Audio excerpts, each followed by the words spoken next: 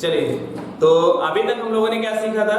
Colligative property में हमने osmotic pressure और दूसरा जो है relative lowering of vapour pressure, इसको सीख लिया है। अब नेक्स्ट कोलिगेटिव प्रॉपर्टी जो हमारी है उसको हम सीखेंगे, इसे हम बोलेंगे एलिवेशन इन बॉइलिंग पॉइंट।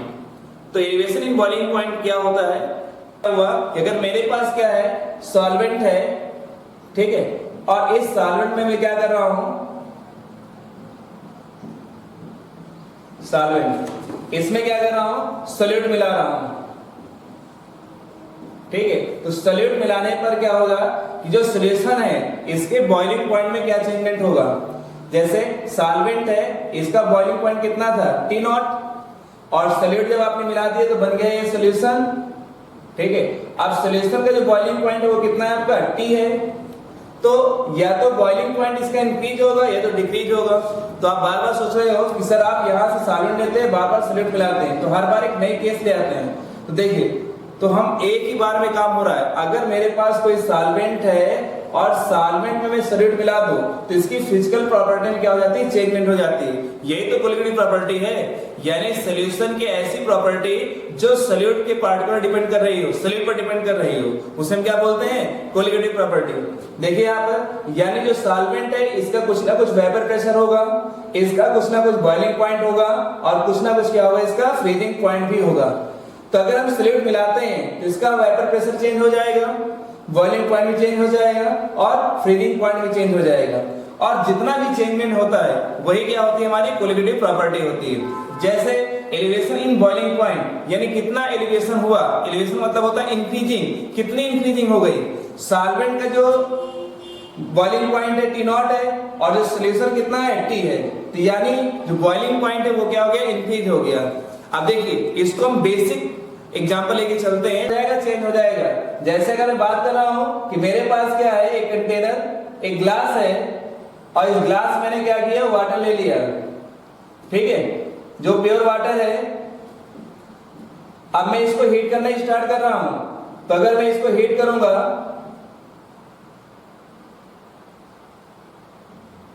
ठीक है, तो ये कितने टेम्परेचर में इवेपोरेट होना स्टार्ट हो जाएगा।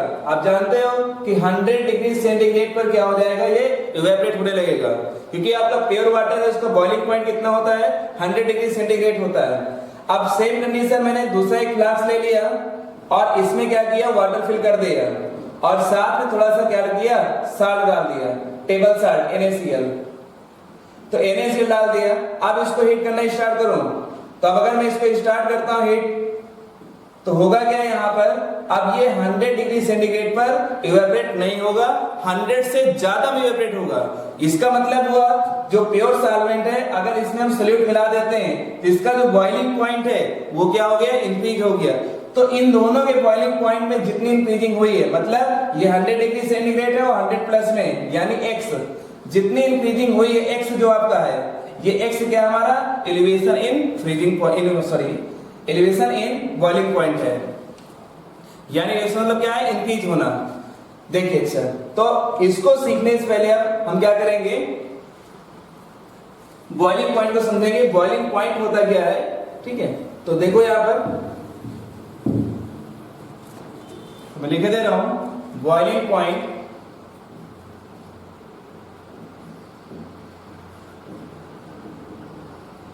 क्या होता है, बॉइलिंग पॉइंट, इसको भी जान लेते हैं, ठीक है। देखिए यहां पर मैं लिख सकता हूं, the boiling point of liquid, BP यहां पर बॉइलिंग पॉइंट है, ब्लड प्रेशर ना समझ लीजिएगा, ठीक है। Liquid is the temperature at which the vapour pressure of the liquid becomes equal to the atmospheric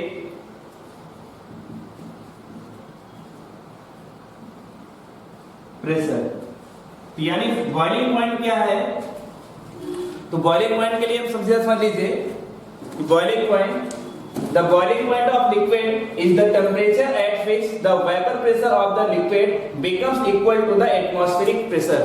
ठीक है, यानी बॉइलिंग पॉइंट एक टेम्परेचर है जिस टेम्परेचर पर किसी भी सब्सटेंस का जो वेपर प्रेशर है एटमॉस्फेरिक प्रेशर क्या हो जाए, इक्वल हो जाए, तो उस टेम्परेचर को हम लोग क्या बोलते हैं, बॉइलिंग पॉइंट बोलते हैं। ठीक है, तो देखिए यहाँ पर बॉइलिंग पॉइंट समझ लिया और उसके बाद एलिवेशन इन बॉइलिंग पॉइंट भी समझ लिया हम लोगों ने कि अगर मेरे पास कोई सॉल्वेंट है और उसमें सॉलिड मिला देता हूं तो उसके बॉइलिंग पॉइंट में क्या हो जाती है, इंक्रीजिंग हो जाती है। जितनी इंक्रीजिंग होगी उसे हम क्या बोलते हैं, एलिवेशन इन बॉइलिंग पॉइंट। तो ये आपकी नेक्स्ट कोलिगेटिव प्रॉपर्टी है, तो इसको मैं लिखता हूं एलिवेशन इन बॉइलिंग पॉइंट। ठीक, तो इसके अगर मैं थ्योरी लिख रहा हूं तो लिख सकता हूं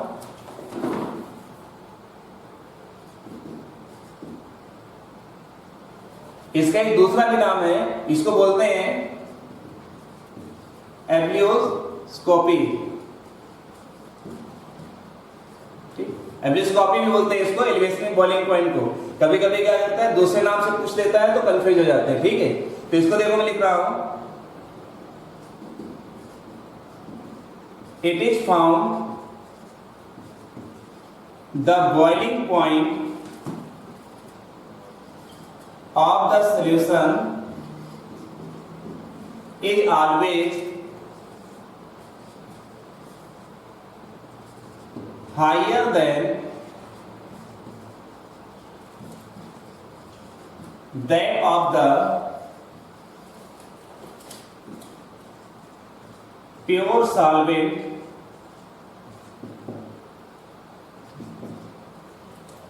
this increasing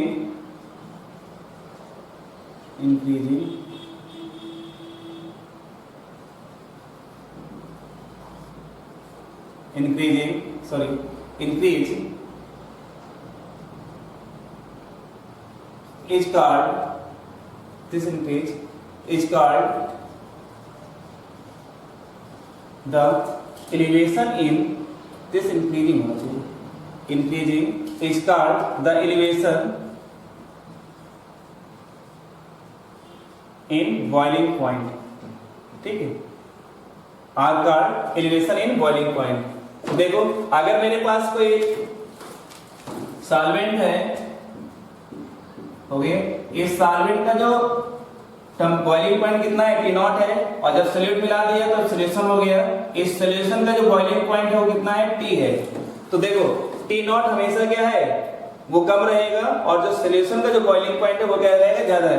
it is found the boiling point of solution is always higher than, यानी जो सॉल्यूशन का बॉइलिंग पॉइंट है ये हमेशा ज्यादा होगा, किससे ज्यादा होगा, सॉल्वेंट के बॉइलिंग पॉइंट से ज्यादा होगा। तो मैं लिख सकता हूं इट इज रिप्रेजेंट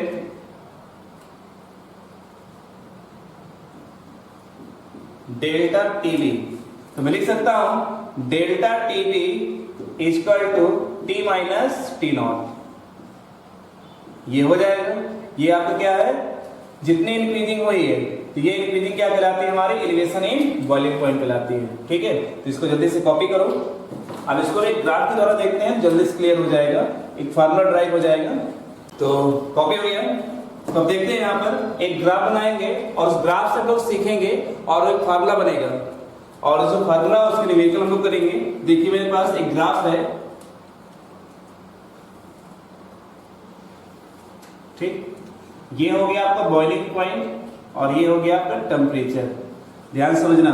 ठीक है, अब देखो जो सॉल्वेंट है ये हो गया सॉल्वेंट का बॉइलिंग पॉइंट हो गया, उसके बाद एक सॉल्यूशन मैंने लिया, ये सॉल्यूशन का बॉइलिंग पॉइंट हो गया, सॉरी ये आपका वेपर प्रेशर है। कारण ये है कि अगर मेरे पास कोई सॉल्वेंट है और इसमें मैं सॉल्यूट मिला रहा हूं, ठीक है, तो वो तो सॉल्यूट जो है आपका नॉन वोलेटाइल है, वो इवेपोरेट नहीं हो रहा है, और साथ में क्या कर रहा है, सॉल्वेंट के भी पार्टिकल को इवेपोरेट नहीं होने दे रहा है। इसलिए क्या होता है, इसका जो बॉइलिंग पॉइंट होता है वो इंक्रीज हो जाता है। ठीक। तो इसका मतलब है कि जो सॉल्वेंट का वेपर प्रेशर है और जो सॉल्यूशन का वेपर प्रेशर है, इसमें से जो सॉल्वेंट का वेपर प्रेशर है वो हमेशा क्या होगा, सॉल्यूशन से ज्यादा रहेगा। ठीक है, तो वेपर प्रेशर है इसमें, तो देखो यहाँ बेटा, तो ये वेपर प्रेशर किसके लिए हो गया आपका, सॉल्वेंट के लिए हो गया। सॉल्वेंट मैं यहां लिख दे रहा हूं, हो गया, ये ए हो गया। उसके बाद अगर सॉल्यूशन है मिला दिया, तो इसका मतलब है सॉल्यूशन का जो वेपर प्रेशर होगा वो हमेशा क्या होगा, सॉल्वेंट वाले से कम ही होगा। तो ये हो गया आपका। उसके बाद अगर और सॉल्यूशन लेते हैं, दूसरा पार्ट लेते हैं, तो ये बी हो गया और तीसरा नंबर हो गया ये सी, तीनों के लिए ए बी सी। अब अगर एक केस अगर देखते हैं यही से,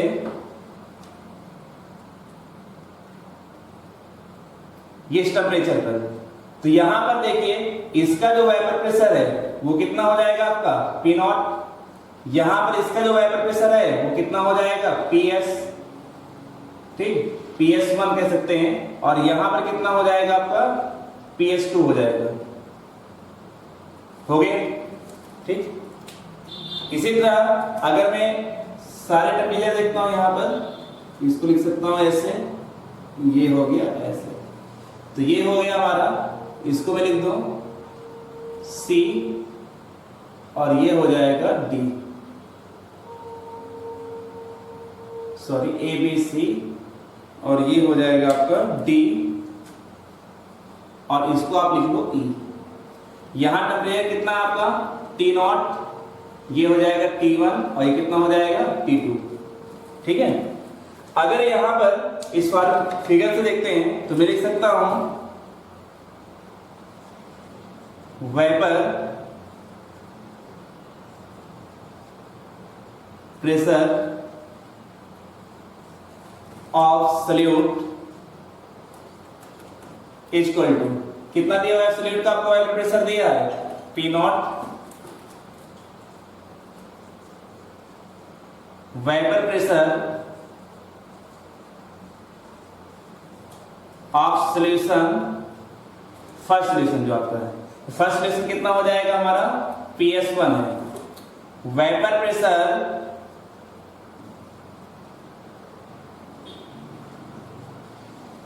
ऑफ सॉल्यूशन सेकेंड कितना हो जाएगा PS2 हो जाएगा। ठीक है, टेम्परेचर की बात करते हैं, बॉइलिंग पॉइंट ऑफ सॉल्यूट, अगर सॉल्यूट का बॉइलिंग पॉइंट देखते हैं कितना आ जाएगा हमारा T not, boiling point of solution first कितना हो जाएगा यहाँ पर T1, and boiling point of solution लिख देता हूँ, boiling point of solution second कितना हो जाएगा T2। अगर मैं यहीं पर इंक्रीजिंग दिखाता हूं इसमें, ठीक, या डिक्रीजिंग दिखाता हूं, उसको देख लो जल्दी से, इससे कर देता हूं, हो गया। तो देखो डेल्टा TB1, डेल्टा TB क्या है हमारा, एलिवेशन इन बॉइलिंग पॉइंट। तो फर्स्ट सॉल्यूशन यानी पहले की अगर बात करते हैं उसमें एलिवेशन कितना होगा, जो सॉल्यूशन का बॉइलिंग पॉइंट होता है वो ज्यादा होता है, तो डेल्टा TB1 इक्वल टू क्या हो जाएगा T1 माइनस T नॉट, और डेल्टा TB2 कितना हो जाएगा हमारा, बोलिए T2 माइनस क्या हो जाएगा, sorry T2 minus T not. हो गया यहाँ पर। अगर वेपर प्रेशर की डिक्रीजिंग देखते हैं तो वेपर प्रेशर यानी कितना लोअरिंग होगा, लोअरिंग ऑफ वेपर प्रेशर, तो फर्स्ट सॉल्यूशन में कितना हो जाएगा, चलो इसको बाद में लिखते हैं। चलिए अच्छा, तो ये हो गया यहाँ पर। अब according to figure, according to figure, अगर हम फिगर में देखते हैं तो यहां पर triangle ABD, triangle ABD and ACE, triangle ACE, ये कैसे ट्रायंगल है हमारे, सिमिलर ट्रायंगल है, और सिमिलर ट्रायंगल है इनकी जो एड्स का रेशियो है वो भी कितना होता है, इक्वल होता है। अगर मैं एड्स का रेशियो देखता हूं तो देखो मैं लिख सकता हूं AB, ये लिखा AB, तो इसके एड्स कितनी है AC अपॉन क्या हो जाएगा AC, उसके बाद AD अपॉन क्या हो जाएगा AE, AD अपॉन क्या हो गया AE। तो AB क्या है हमारा, ये T2 माइनस T1, तो मैं लिख सकता हूं यहां पर T1 minus T0 upon AC में क्या लिख सकता हूं, AC में T2 माइनस T0 हो गया इक्वल टू, अब एडिंग अगर बात करते हैं तो P0 माइनस क्या हो जाएगा हमारा PS1, P0 minus PS1 upon क्या हो जाएगा P0 minus PS2, P0 minus PS2 हो गया यहां पर। अब बेटा देखो, अगर हम यहीं पर बात कर रहे हैं कि T1 माइनस T2 क्या लिख सकते हैं यहां पर डेल्टा TB1 और यहां क्या लिख सकते हैं डेल्टा TB2 हो गया यहां पर। इसके बाद P0 minus PS1 upon P0 minus PS2 ये लिखा है।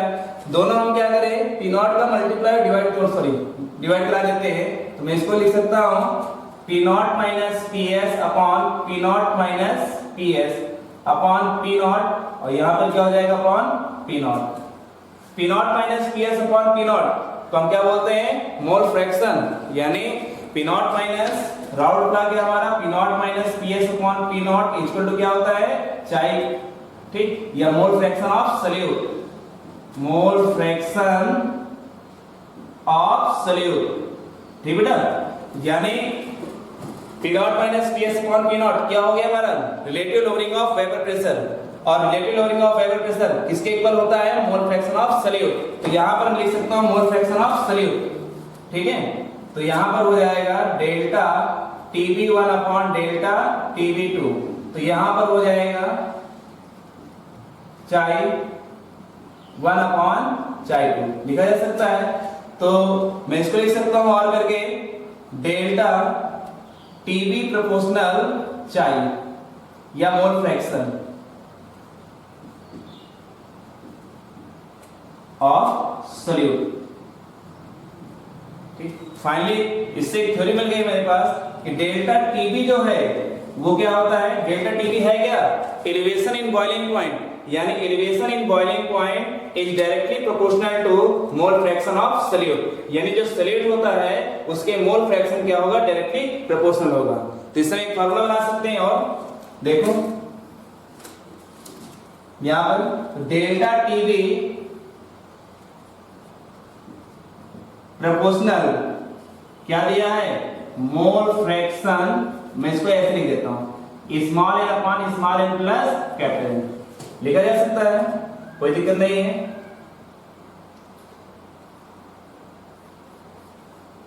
मोल फ्रैक्शन ऑफ सॉल्यूट, ठीक। राउल्स लॉ में हमने पढ़ा था कि जो राउल्स लॉ तभी फॉलो करता है वो डाइल्यूट सॉल्यूशन के लिए, यहां पर क्या लिख सकते हैं small n upon capital N ये लिखा जा सकता है। प्रोपोर्शनल का इसको हटाएंगे कोई ना कोई कांस्टेंट आएगा value, delta TB equal to KB into small n upon capital N हो जाएगा यहां पर, ठीक है। KB क्या है आपका एलिवेशन कांस्टेंट, क्या है आपका एलिवेशन कांस्टेंट। अब देखो यहां पर मैं लिख सकता हूं यहां पर KB into small w upon small m into ऐसे लिख लो small w upon small m capital W upon capital M, ठीक है। तो डेल्टा TB बराबर KB into small w upon small m into capital M upon capital W, इतनी हो गए। अब देखो, अब एलिवेशन हो रहा है चाहे T0 से T1 हो रहा हो चाहे T2 हो रहा हो, तो जो हमारा सॉल्यूट है तो सॉल्यूट में चेंजमेंट थोड़ा हो रहा है, यानी जो हमारे पास सॉल्यूट या सॉल्वेंट है उसमें चेंजमेंट थोड़ा हो जाएगा भाई, सॉल्वेंट है और सॉल्वेंट का जो भाई चाहे T1 से T2 हो रहा हो चाहे T2 से T3 हो रहा हो, सॉल्वेंट जो है वही रहेगा। तो सॉल्वेंट का जो मोलर मास है वो कैसा रहेगा फिक्स रहेगा, तो यानी जो सॉल्वेंट का मोलर मास है कैसा है constant, molar mass of solvent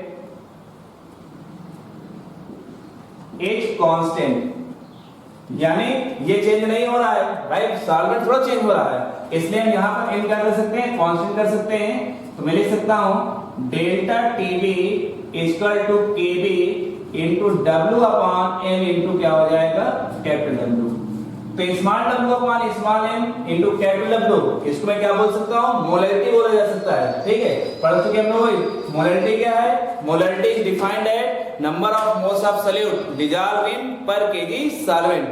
तो सॉल्वेंट में जितना अमाउंट आपका सॉल्यूट का डिसॉल्व होता है उसे क्या बोलते हैं, मोलैरिटी। तो यानी यहां पर लिख सकता हूं delta TB equal to KB into molarity. हो गया, हमारे पास एक फार्मूला और मिल गया, ये हो गया मोलैरिटी। तो अब देखिए इसके लिए दो चीज आती है। अब हो सकता है जो आपका केबी है, यहां लिख देता हूं पहले, where small W equal to mass of solute, small m equal to molar mass of solute, capital W equal to mass of solvent, delta TB equal to elevation in boiling point, KB equal to elevation constant. आप देखिए तो यहां पर 1 2 3 4 5 चीजें हैं। कोई भी आपकी चार वैल्यू देंगे तो उससे हम क्या करेंगे, पांचों को निकाल सकते हैं आसानी से। आप जो एलिवेशन कांस्टेंट है ये आपका दो टाइप से मिलेगा, मोलर एलिवेशन कांस्टेंट और मोलर एलिवेशन कांस्टेंट। तो इस फार्मूले से हम क्या करेंगे, न्यूमेरिकल सॉल्व करेंगे। तो अपने पास कॉन्सेप्ट है, ये फार्मूला आया कहां से, कैसे आ गया, रिलेशन कैसे बन गया यहाँ पर। तो ये रिलेशन कैसे बना, हम लोगों ने एक ग्राफ बनाया था उसके, तो ग्राफ बेसिस पर इस फार्मूले क्या किया, ड्राइव किया है। चलिए इसको आप कॉपी करेंगे, फिर हम लोग पढ़ते हैं। चलिए कॉपी करिए सर, कॉपी हो गया। अब देखिए यहाँ पर अभी मुझे मिला था केबी, तो केबी क्या है आपका, एलिवेशन कांस्टेंट है। तो एलिवेशन कांस्टेंट आपका टू टाइप से, एक हो जाएगा मोलर एलिवेशन कांस्टेंट और दूसरा हो जाएगा मोलर एलिवेशन कांस्टेंट। तो पहले लिख दे रहा हूं मोलर एलिवेशन कांस्टेंट। तो मोलर एलिवेशन कांस्टेंट क्या है, ठीक है, इस पर मैं लिख सकता हूं, भाई देखो सॉल्यूट को आपने सॉल्वेंट मिलाया था, अमाउंट बता देना है कितना अमाउंट आप मिला रहे हो। तो 1 mole of solute dissolve in 1 KG solvent ले लोगे तो 1 केजी सॉल्वेंट हो जाएगा। तो क्या हो जाएगा, मोलर एलिवेशन कांस्टेंट मिलेगा वहां पर। और अगर हमने क्या किया 100 ग्राम सॉल्वेंट ले लिया तो वहां पर क्या मिलेगा, मोलर एलिवेशन कांस्टेंट मिलेगा। ठीक है, तो देखिए यहां पर मैं इसको लिख सकता हूं elevation of boiling point when 1 mole of solute is dissolved in 1 kg या 1000 ग्राम of the सॉल्वेंट। कितना आपने मिलाया, 1 केजी सॉल्वेंट मिलाया, कितना, 1 मोल सॉल्यूट। तो यहां पर हो जाएगा delta TB equal to, formula क्या था मेरे पास, KB into small W upon small M into capital W. जब मोलर के लिए बात करेंगे तो यहां पर मैं क्या करूंगा, 1000 का मल्टीप्लाई कर दूंगा। तो यहां पर अब जो ये केबी है तो इस केबी को मैं क्या बोलूंगा, ये जो केबी, बाकी सब चीज तो वही रहेगी, जो केबी है उसे हम क्या बोलेंगे, मोलर एलिवेशन कांस्टेंट। अब यहीं पर है दूसरा मोलर एलिवेशन कांस्टेंट। अगर मोलर एलिवेशन कांस्टेंट की बात कर रहे हैं तो पूरी थ्योरी सेम रहेगी, सिर्फ यहां पर 1 केजी जो है ये चेंज हो जाए किसमें, 100 ग्राम में। तो ये लिख सकता हूं मैं elevation of boiling point when 1 mole of solute is dissolved in 100 gram of the solvent। ठीक है, तो कितना मिलाया आपने, 1 मोल मिलाया है आपने, 1 मोल ऑफ सॉल्यूट। किसमें 100 ग्राम ऑफ सॉल्वेंट में। तो फार्मूला देखिए यहाँ पर, तो डेल्टा टीबी इक्वल आपने KB into small W upon small M into capital W ये लिखा था। जब 100 ग्राम सॉल्वेंट होगा तो यहाँ मल्टीप्लाई कितने करना पड़ेगा 100 ग्राम में। ठीक, तो ध्यान रखना है यहाँ पर कि अब जो केबी है ये न्यूमेरिकल जब करेंगे वहां पर बहुत ध्यान होने की आवश्यकता है। अगर उसने न्यूमेरिकल में मोलर एलिवेशन कांस्टेंट दिया है तो हम कौन सा लगाएंगे, इस फार्मूला अप्लाई करेंगे, और अगर मोलर एलिवेशन कांस्टेंट दिया होगा तो हम इसको अप्लाई करेंगे। तो इसमें दोनों के यूनिट पे ध्यान रखना है, अगर यूनिट गड़बड़ कर देंगे तो फार्मूले में दिक्कत आ जाएगी, फिर आंसर हमारा नहीं निकलेगा। ठीक है, तो ये आपका थर्ड आपकी जो कोलिगेटिव प्रॉपर्टी है वो खत्म हो गई है। अब हम पढ़ेंगे लास्ट आपकी कोलिगेटिव प्रॉपर्टी जिसका नाम है डिप्रेशन इन फ्रीजिंग पॉइंट। अगर मान लो मेरे पास कोई सॉल्वेंट है और उसमें सॉल्यूट मिलाता हूं तो उसके फ्रीजिंग पॉइंट में क्या चेंजमेंट होता है। तो फ्रीजिंग पॉइंट फिर से मिल रहा हमें, तो फ्रीजिंग पॉइंट क्या है, यानी फ्रीजिंग पॉइंट भी टेम्परेचर है जिस टेम्परेचर पर कोई भी लिक्विड जो है या कोई गैस सॉलिड में कन्वर्ट हो जाए तो उस टेम्परेचर को हम क्या बोलते हैं, फ्रीजिंग पॉइंट। तो इसका मतलब है टेम्परेचर हम क्या करते हैं, डाउन करते हैं तभी वो कन्वर्ट होता है आपका। ठीक ठीक, तो फ्रीजिंग पॉइंट में क्या लिख सकता हूं, देखिए यहाँ पर freezing point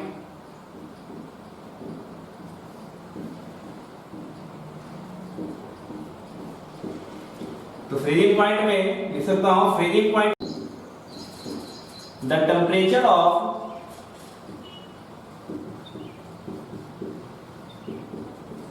temperature at which the solid and the liquid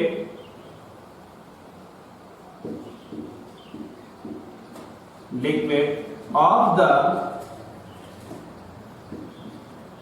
substance are in equilibrium।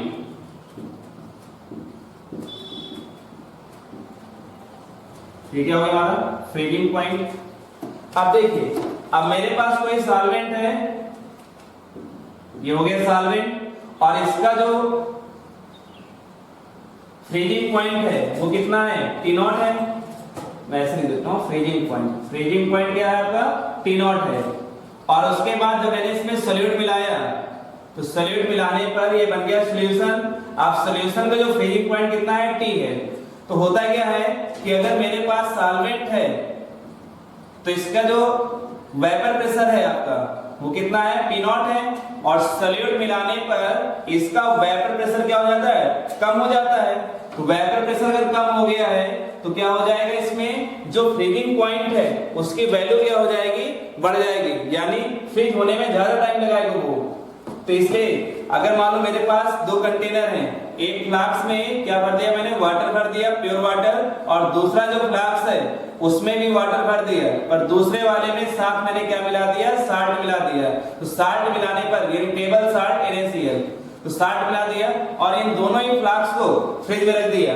देखेंगे H2O वाला जो है, जो प्योर वाटर है, ये जल्दी फ्रीज हो जाएगा, और जिसमें हमने साल्ट मिला दिया है वो देर में फ्रीज होगा, यानी फ्रीजिंग टाइम क्या लगा रहा है, ज्यादा लगा रहा है। ठीक है, तो इसका मतलब है कि जो फ्रीजिंग टाइम है, तो यानी जो प्योर वाटर है इसका फ्रीजिंग पॉइंट हमेशा क्या होगा, सॉल्यूशन से ज्यादा होगा। तो फ्रीजिंग पॉइंट क्या होगा, डिक्रीज हुई ना वहां टेम्परेचर इसका। तो देखो यहाँ पर, तो यानी T0 always greater than T, T से हमेशा क्या होगा, ज्यादा होगा। तो जो इंक्रीजिंग एंड डिक्रीज हुई है इसे हम क्या बोलते हैं, डिप्रेशन इन फ्रीजिंग पॉइंट। यानी जितना इंक्रीज हो गया है टेम्परेचर कि हमें और ज्यादा टाइम लग रहा है, तो वो टेम्परेचर क्या कहलाता है हमारा, डिप्रेशन इन फ्रीजिंग पॉइंट। तो देखो, तो डिप्रेशन इन फ्रीजिंग पॉइंट को मैं लिख सकता हूं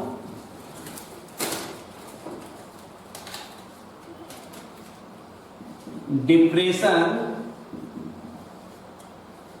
इन freezing point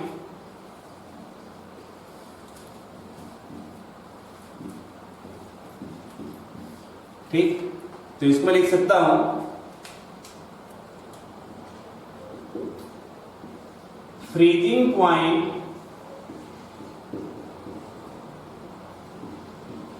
of solution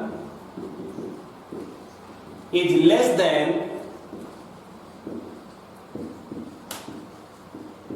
that of the pure solvent the decreases is called depression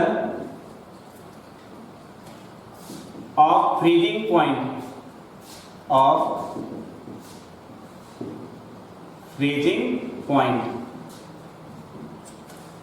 it is represent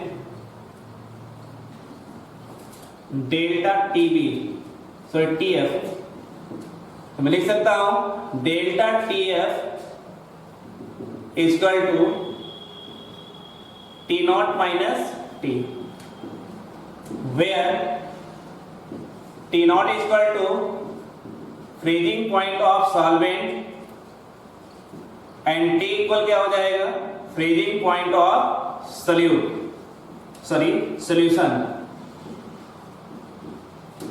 ठीक है, आप देखिए तो depression in freezing point delta TP TF द्वारा रिप्रेजेंट करते हैं। तब इसके लिए भी जैसे हम लोगों ने एलिवेशन इन बॉइलिंग पॉइंट के लिए फार्मूला ड्राइव किया था, वैसे इसके लिए हम क्या करेंगे, ग्राफ बनाएंगे और फार्मूला निकालेंगे। ठीक है, तो इसको आप कॉपी करके ग्राफ बनाते हैं हम लोग। तो ग्राफ में ये हो गया आपका वेपर प्रेशर और ये हो गया आपका टेम्परेचर। ठीक है बेटा, तो आप देखिए तो पहला हो गया ये सॉल्वेंट के लिए। आप जानते हैं कि सॉल्वेंट का जो जैसे टेम्परेचर आप इंक्रीज करोगे वैसे वैसे उसका वेपर प्रेशर क्या होगा, इंक्रीज होगा। अब दूसरा जो है आपका ये सॉल्यूशन के लिए है और ये तीसरे सॉल्यूशन के लिए। ठीक, तो अगर हम बात कर रहे हैं फर्स्ट टेम्परेचर हो गया टी नॉट यानी ए के लिए, दूसरा हो गया आपका T1, इसको और नीचे लिख देता हूं रख करके, और तीसरा हो जाएगा आपका T2। ठीक है, तो इसके लिए क्या हो जाएगा, ये हो गया आपका P0, ये हो जाएगा आपका P1 और ये क्या हो जाएगा आपका P2। इसको यहीं कर देता हूं, अच्छा रहेगा।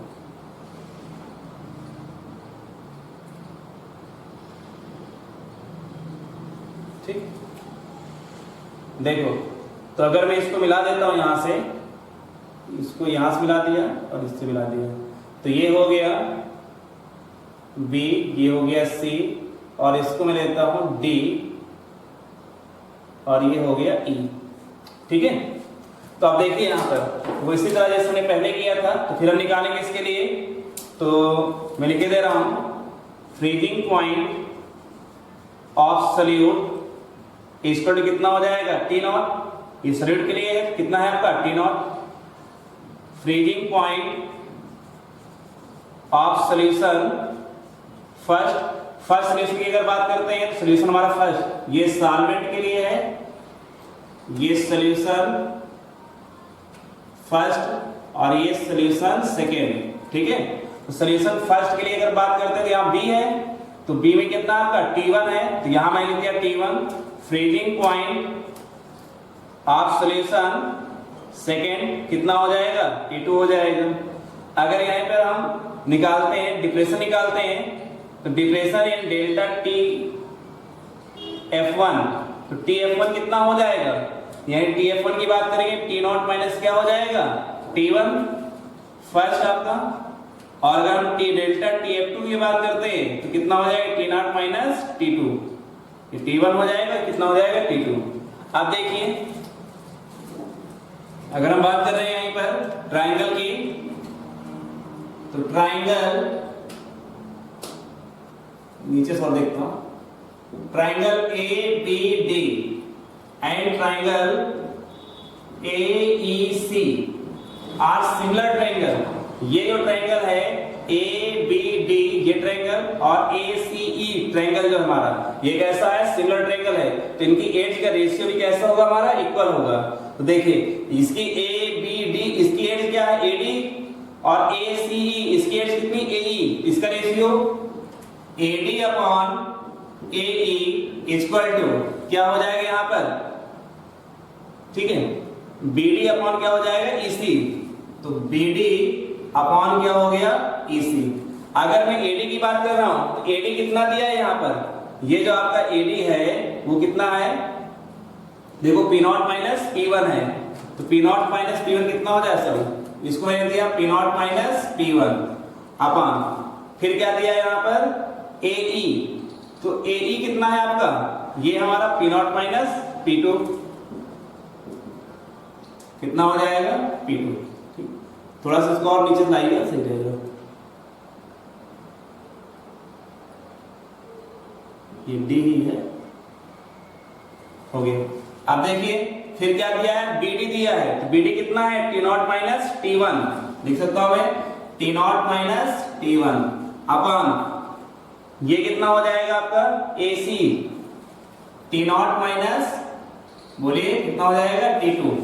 अब देखो हम लोगों ने क्या किया, T naught minus T one कितना दिया है डेल्टा टी एफ वन, और T naught minus T two कितना दिया है डेल्टा टी एफ टू दिया हुआ है, तो मैं लिख सकता हूं delta T F one upon delta T F two equal to P naught minus P one upon P naught minus P two, हो गया। अब मैं क्या करूं इसमें, पी नॉट को क्या करूं मल्टीप्लाई, सॉरी डिवाइड करा दूं, डिवाइड एंड मल्टीप्लाई दोनों करा दे रहा हूं, ठीक है। तो डेल्टा टी एफ और करके लिख रहा हूं delta T F one upon delta T F two equal to P naught minus P one upon P naught minus P two upon क्या हो जाएगा P naught. Raoult's law according to Raoult's law, अगर हम routes law की according देखते हैं तो मैं लिख सकता हूं delta T F proportional to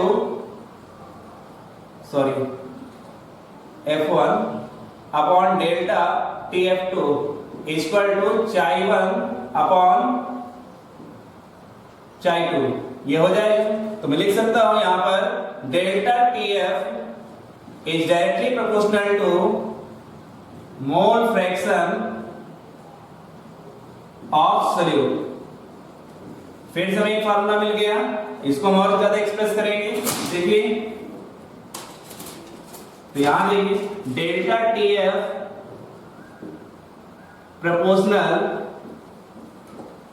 mole fraction of solute, ठीक है।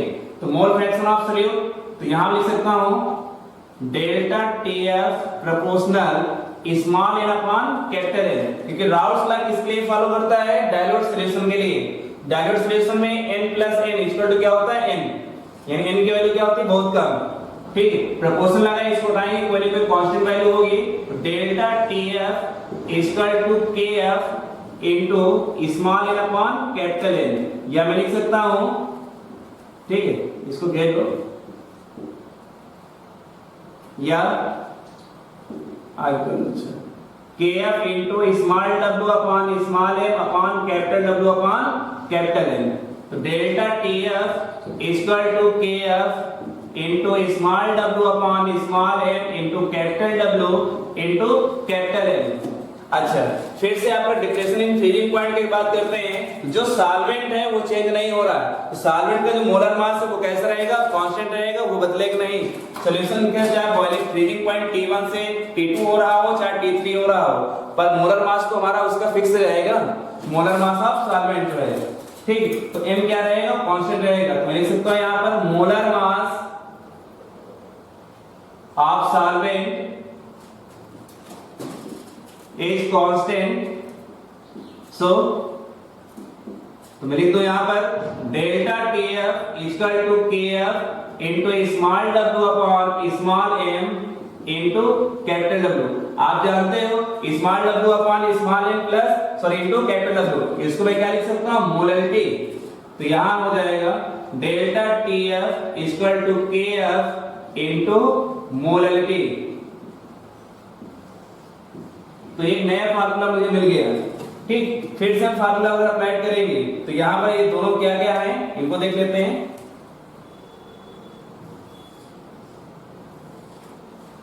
Where small w equal to mass of solute, उसके बाद small n equal to molar mass of solute capital W equal to mass of solvent and delta TF equal to depression in freezing point and KF equal to, ये क्या है आपका depression constant.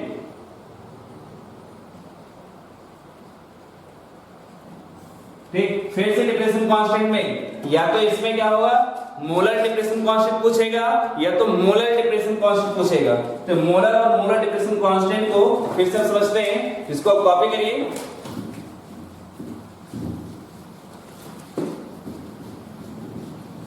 देखो तो KF क्या हमारा molar depression constant, sorry depression constant है, दो है इसके, एक हो गया आपका मोलर डिप्रेशन कांस्टेंट, ठीक है। मोलर डिप्रेशन कांस्टेंट दोनों का सिंबल सेम रहेगा, बस ध्यान रखना है यूनिट से हम लोग पहचानेंगे। तो इसको मैं लिख सकता हूं depression in freezing point when 1 mole of solute is dissolved in 1 kg or 1000 gram of the solvent। ठीक, तो डिप्रेशन इन फ्रीजिंग पॉइंट जो है, अगर हम क्या करते हैं 1 मोल सॉल्यूट को डिसॉल्व करते हैं 1 kg सॉल्वेंट में, तो यहां पर क्या हो जाएगा, जो एलिवेशन कांस्टेंट होगा उसमें क्या बोलूंगा मोलर एलिवेशन कांस्टेंट। ठीक है, तो delta TF equal to KF into small w upon small m into capital W। ठीक है, तो KF क्या हो जाएगा यहाँ पर मोलर, और जब मोलर हो जाएगा यहाँ पर तो कितने मल्टीप्लाई करना पड़ेगा 1000 का मल्टीप्लाई करना पड़ेगा। तो ये हो गया।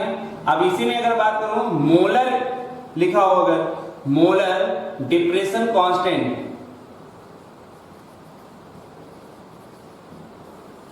हो गया, तो मोलर डिप्रेशन कांस्टेंट में क्या हो जाएगा, तो इसमें मैं लिख सकता हूं डिप्रेशन या molar depression constant depression in freezing point when 1 mole of solute is dissolved in 100 gram of solvent. ठीक, तो elevation constant known as molar depression constant, यानी जो आपको डिप्रेशन कांस्टेंट में मिलेगा उसमें क्या बोलेंगे मोलर डिप्रेशन कांस्टेंट। फिर से फार्मूला क्या हो जाएगा delta TF equal to KF into small w upon small m into capital W। ठीक है, आप देखो कितने मल्टीप्लाई करना पड़ेगा मुझे 100 का, तो यहां से मुझे एक फार्मूला मिल गया delta TF equal to 100 into KF into small w upon small m into capital W। इसके जो नाम है वो दिए हुए क्या क्या है ये, तो इस तरह क्या हुए कि हमारे जो कोलिगेटिव प्रॉपर्टी है हम लोगों ने उसको क्या किया सीख लिया। अब यहीं पर आता है कि जो हमारा जो सॉल्यूट है, सॉल्यूट की प्रॉपर्टी डिपेंड कर रहा था, तो जो सॉल्यूट है अभी हमने पढ़ा था उसके वोलेटाइल और नॉन वोलेटाइल। अब यहाँ पर देखेंगे कि अगर सॉल्यूट जो हमारा है वो इलेक्ट्रोलाइट भी हो सकता है और नॉन इलेक्ट्रोलाइट हो जाएगा। अगर ये अभी तक जो भी रूल हम लोगों ने पढ़ा वो नॉन इलेक्ट्रो सॉल्यूट के लिए है।